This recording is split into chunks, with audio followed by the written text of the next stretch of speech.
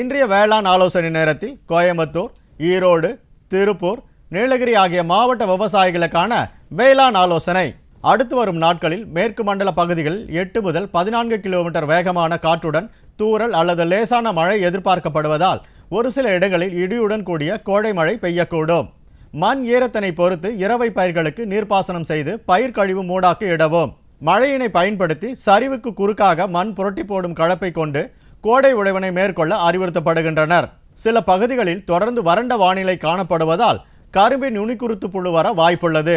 எனவே விவசாயிகள் அடிக்கடி நீர் பாய்ச்சி வயலை ஈரமாக வைத்துக் கொள்வதுடன் பயிர் மூடாக்கு செய்யலாம். உள்ளூர் பகுதிகளில் சுழற்காற்று மற்றும் இடியுடன் கூடிய கோடை மழை பொழிய வாய்ப்புள்ளது. எனவே 5 மாத வயதுடைய வாழை மரங்களுக்கு முட்டு கொடுக்கவும்.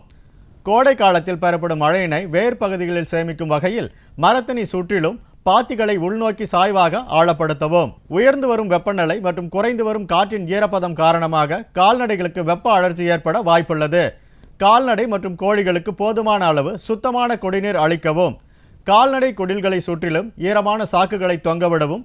இடியுடன் கூடிய கோடை மழை பொழிய வாய்ப்புள்ளதால் கால்நடைகளை மதிய வேளையில் மேய்ச்சலுக்கு விட வேண்டாம்.